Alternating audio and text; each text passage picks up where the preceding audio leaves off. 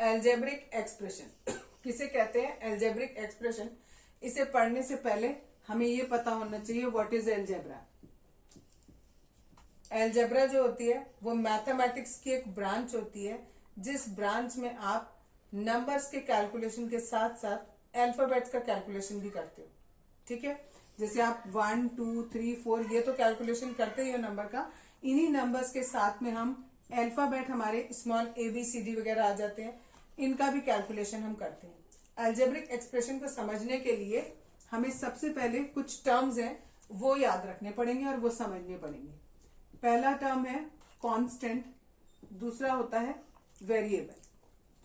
किसे कहते हैं कांस्टेंट? कांस्टेंट वो होता है जिसकी वैल्यू फिक्स होती है, हुज वैल्यू इज फिक्स। ठीक है, वैल्यू इसकी फिक्स होती है, उसे हम कांस्टेंट बोलते हैं। वेरिएबल किसे कहते हैं? जिसकी value not fix, not fix. ठीक है, जो हमारे फिक्स वाले होते हैं, जो कांस्टेंट होते हैं, उनमें जितने भी हमारे नंबर्स होते हैं उन सारे नंबर्स को हम कांस्टेंट कहते हैं। ठीक है, और वेरिएबल में जितने भी हमारे स्मॉल अल्फाबेट्स होते हैं उन सबको हम वेरिएबल बोलते हैं। जनरली अभी आपके लेवल पर जो हम वेरिएबल्स यूज करते हैं वो small x, small y, small z, ये या कभी कभी small u, small v, small t ये यूज कर लेते हैं। ठीक है, ये रिप्रेजेंट करने का तरीका है। इनको वेरिएबल इसलिए कहते हैं, जैसे आपने लीनियर इक्वेशन में पढ़ा था x + 4 = 8 पढ़ा, तो यहां पर x की वैल्यू आपकी 4 आई। अगली बार आपने पढ़ा x + 4 = 5, यहां पर x की वैल्यू 1 आई। इस केस में यस बेटा, सिंपल इक्वेशन की तरह इसमें x की वैल्यू 1 आई और इसमें x की वैल्यू 4 आई। इसका मतलब क्या हुआ कि x की वैल्यू फिक्स नहीं है ना, कभी आप 4 आ रही है, कभी 1 आ रही है, कभी कुछ और आएगी, कभी कुछ और आएगी।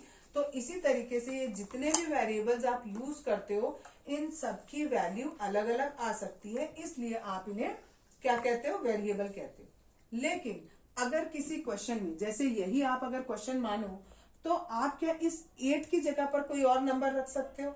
नहीं, x अगर 8 लिखा है तो 8 ही लिखना पड़ेगा, यहाँ 5 लिखा है तो 5 ही लिखना पड़ेगा। तो इन नंबर्स की जगह पर हम कोई और नंबर नहीं रख सकते, इसलिए हम इनको क्या कहते हैं?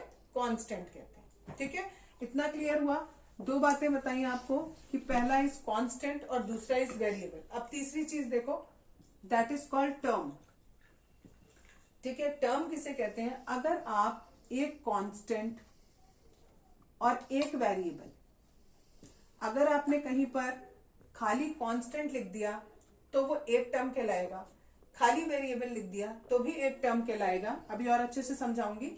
अगर आपने एक कांस्टेंट और एक वेरिएबल को मल्टीप्लाई करके लिख दिया, या कांस्टेंट को और वेरिएबल को डिवाइड करके लिख दिया, या फिर आपने यहां पर आपने कांस्टेंट पहले लिया है, हो सकता है आप वेरिएबल पहले ले लो, कांस्टेंट बाद में लो, यहां पर वेरिएबल पहले लिया, ठीक है, और कांस्टेंट बाद में लिया। ये सारे केसेस में, यानी वेरिएबल और कांस्टेंट के बीच में अगर मल्टीप्लाई या डिवाइड का साइन होता है तो हम उसे सिंगल टर्म मानते हैं। जैसे अगर आपने खाली 2 लिखा, it is a single term. खाली x लिखा, it is a single term. 2/x लिखा, अपॉन का मतलब होता है डिवाइड, तो ये भी एक सिंगल टर्म हुआ। अगर आपने इसे उल्टा करके लिख दिया x/2, it is also a single term. ठीक है, बीच में अगर डिवाइड का साइन आ रहा है then it is a single term. अगर आपने 2 × x लिखा then it is a single term. अगर x × 2 लिखा तो भी ये सिंगल टर्म कहलाएगा।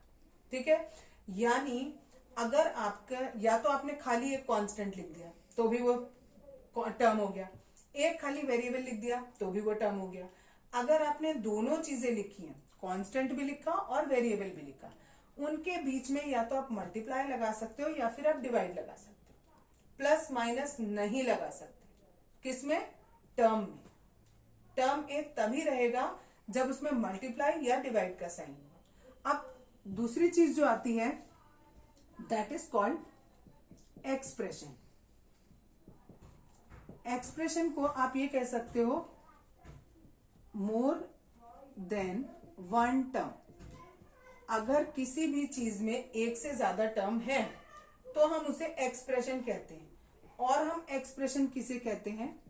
यदि हम एक टर्म और दूसरे टर्म, ये term one, this is term two, दो टर्म के बीच में, मैंने बोला ना मोर देन वन टर्म होंगे, तो एक टर्म और दूसरे टर्म के बीच में या तो प्लस का साइन हो या माइनस का साइन हो, तो आप उसे क्या कहते हो? एक्सप्रेशन कहते हो। जैसे एक्स लिया हमने एक और एक टू लिया, अगर हम इन्हें ऐसे ही लिख दें तो ये दो टर्म हो गए, एक एक्स हो गया और एक टू हो गया।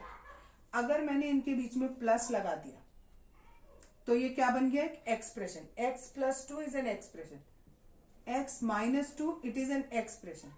अगर मैं इनके बीच में मल्टीप्लाई लगा देती या मैं इनके बीच में डिवाइड लगा देती तो ये दोनों क्या कहलाएंगे?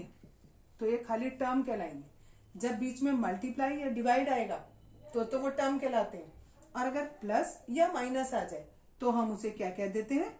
एक्सप्रेशन कह देते हैं। ठीक है, सिंपल सा कंसेप्ट कि अगर प्लस या माइनस आएगा तो इसका मतलब नया टर्म शुरू हो गया। जैसे ही किसी एक्सप्रेशन में अगर आपको मैंने सपोज ऐसे लिख दिया, सपोज मैं बहुत बड़ा सा एक कुछ लिख दे रही हूं,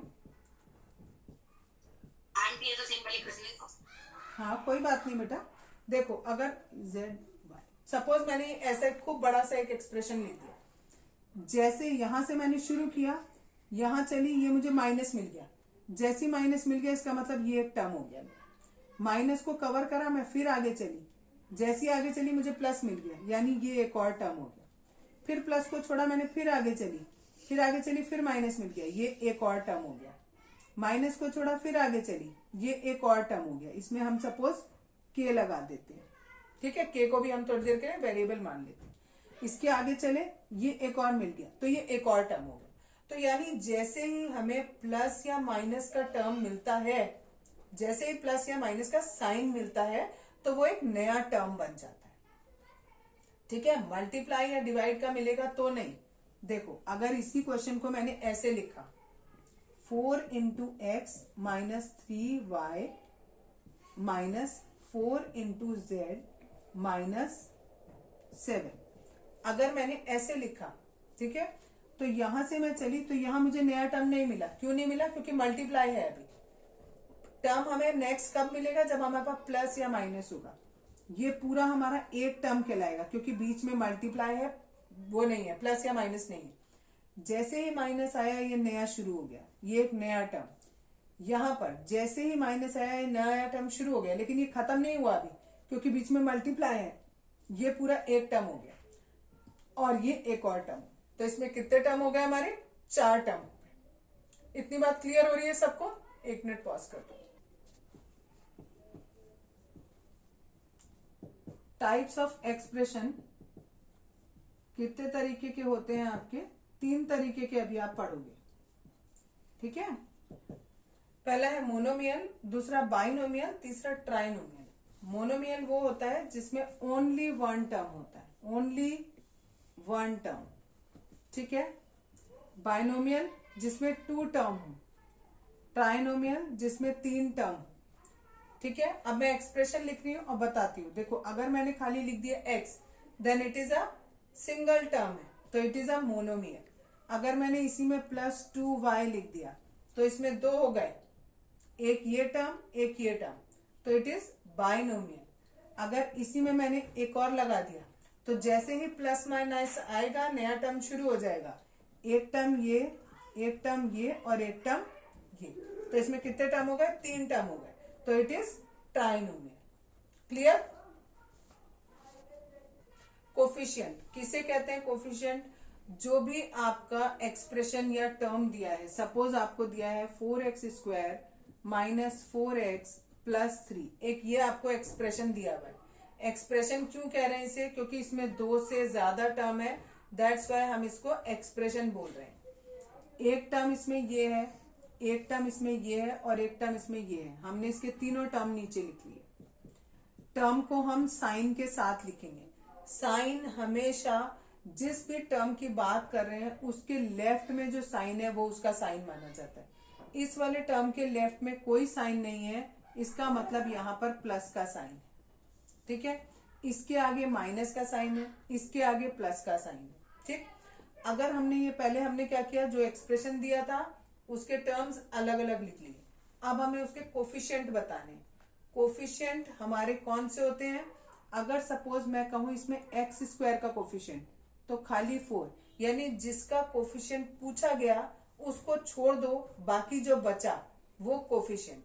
अगर इसी वाले में अगर मैं पूछती खाली x का कोफिशिएंट बताओ तो इसमें देखो क्या है, 4 है और 2 x है हमारे साथ। एक x का कोफिशिएंट बताना है, इस x का बताना है, तो क्या क्या बच गया हमारा, ये दोनों बच गए, तो हमारा कोफिशिएंट हो जाता 4x। ठीक, फिर से देखो 4x स्क्वायर एक टर्म है हमारा। अगर हमें x स्क्वायर का कोफिशिएंट बताना होता तो x स्क्वायर के साथ में हमारा खाली एक्स्ट्रा 4 है, तो 4 हमारा कोफिशिएंट हो गया। अगर हमारे x का कोफिशिएंट बताना है तो x के साथ 4 भी एक्स्ट्रा है और ये x भी एक्स्ट्रा है, तो ये पूरा का पूरा उसका कोफिशिएंट हो गया 4x। ठीक है, अब अगला दिया है आपको माइनस का 4x। अगर इसमें x का कोफिशिएंट बताना है तो -4, ये एक कांस्टेंट टर्म है। कांस्टेंट टर्म का कोई कोफिशिएंट नहीं होता, वो नंबर जिसमें वेरिएबल जुड़ा होता है उसी का कोफिशिएंट हो सकता है। वेरिएबल इसमें था, इसमें था, इसमें नहीं था, तो ये हमारा कांस्टेंट टर्म हो गया। एक दोबारा एग्जांपल लेके बता रही हूँ, रुको। सपोज एक एग्जांपल है आपका 2xy - 4x + 10z - 8। ये जो पहला नंबर है 2xy, इसमें हमारे दो वेरिएबल जुड़े हुए हैं, एक x और एक y। अगर मैं y का कोफिशिएंट पूछूं तो हो जाएगा 2x। कैसे, जिसका कोफिशिएंट पूछा उसे छोड़ दो, इसे हटा दो, बाकी जो बच गया, क्या बचा, 2x बचा, तो 2x हमारा कोफिशिएंट हो गया। अगर मैं इसी में x का कोफिशिएंट पूछती तो x को हटा दो, इसको हटा दिया तो क्या बचा, 2 और y बचा, तो 2y हमारा कोफिशिएंट हो गया। अगर मैं आपसे दोनों x y इसका कोफिशिएंट पूछूं तो इन दोनों को हटा दो, क्या बचा, खाली 2, तो 2 हमारा कोफिशिएंट हो गया। ठीक है, इसी तरीके से हम करेंगे दूसरे वाले टर्म का -4x। x का कोफिशिएंट कितना हुआ, -4, इसमें और कुछ नहीं हो सकता। 10z, z का कोफिशिएंट 10 कह सकते हो या +10 दोनों कह सकते हो, और -8 क्योंकि कांस्टेंट है तो उसका कोई कोफिशिएंट नहीं होता। इन कोफिशिएंट्स को हम न्यूमेरिकल कोफिशिएंट भी कहते हैं, क्योंकि सारे नंबर्स में वैल्यू आ रही है, इसलिए हमें इन्हें न्यूमेरिकल कोफिशिएंट्स भी कहते हैं। ठीक है, देखो अब मैं अगला टॉपिक बताने जा रही हूँ, दैट इज फैक्टर्स। फैक्टर में हम क्या करते हैं, ये आपको एक एक्सप्रेशन दिया हुआ है, पहले इसमें जितने भी टर्म्स है उन्हें अलग कर दो। इसमें केवल 2 टर्म है, एक ये और एक ये। ठीक है, इसके आप फैक्टर करोगे, इसके आप 3 फैक्टर या कह सकते हो 4 फैक्टर कर सकते हो। 4 है, 2 2 जा 4 हो गया, x स्क्वायर है, एक x, ये दूसरा x। ठीक है, किसी बुक में ऐसे लिखा होगा, यहां सीधे 4 लिख दिया, ये x और ये x, ऐसे भी कर सकते हो। ठीक है, यहां पर आपके फिर से 4 हो जाएंगे। कैसे, एक माइनस का साइन भी आ रहा है तो इसको -1 लिख देंगे, ये दूसरा 3, तीसरा x और चौथा y। अगर सपोज करो यहाँ पर y स्क्वायर होता, ठीक, तो हम एक और y लिख देते, साथ में एक z और होता तो हम एक लाइन और z की बना देते। ठीक है, इसको हम फैक्टर ट्री के नाम से भी जानते हैं। करना है, जो भी एक्सप्रेशन दिया है उसके टर्म्स को अलग अलग करो और उनमें जितने भी फैक्टर्स है उनको अलग अलग लिख दो। लास्ट चीज है आपकी, that is like and unlike terms. Like and unlike, अगर किसी भी जो भी आपको टर्म्स दिए हुए हैं, ये एक टर्म दिया है, ये एक टर्म दिया है, 2 टर्म है, इन दोनों टर्म का अगर वेरिएबल पार्ट सेम है, वेरिएबल पार्ट सेम, अगर वेरिएबल पार्ट सेम होता है तो वो लाइक कहलाते हैं, और अगर वेरिएबल पार्ट सेम नहीं होता तो वो अनलाइक कहलाते हैं। जैसे 2xy एंड 4xy, इसमें भी xy है वेरिएबल पार्ट, इसमें भी xy है वेरिएबल पार्ट, इसका मतलब ये लाइक हो गए। अगर मैं इसी क्वेश्चन को ऐसे लिख दूं, यहां पर xy है और यहां पर xy स्क्वायर है, तो ये अनलाइक हो गए। क्यों? क्योंकि यहाँ पर y 2 है जबकि यहाँ पर y एक ही है। ठीक है, अगर किसी में मैंने लिखा 2x और किसी में लिखा 4y तो ये बिल्कुल अनलाइक हो गए, क्योंकि इसमें वेरिएबल x है और इसमें वेरिएबल y है। ठीक है, अगर ऐसे लिखूं 4xy, अब मैंने x पे स्क्वायर लगा दिया, 4x² और दूसरे में लिखा -6x² तो ये लाइक होंगे। ये मत देखना कि ये प्लस है या ये माइनस है, वेरिएबल पार्ट देखो, x²y, यहां पर भी x²y, दैट मीन्स कि they are like terms. Clear?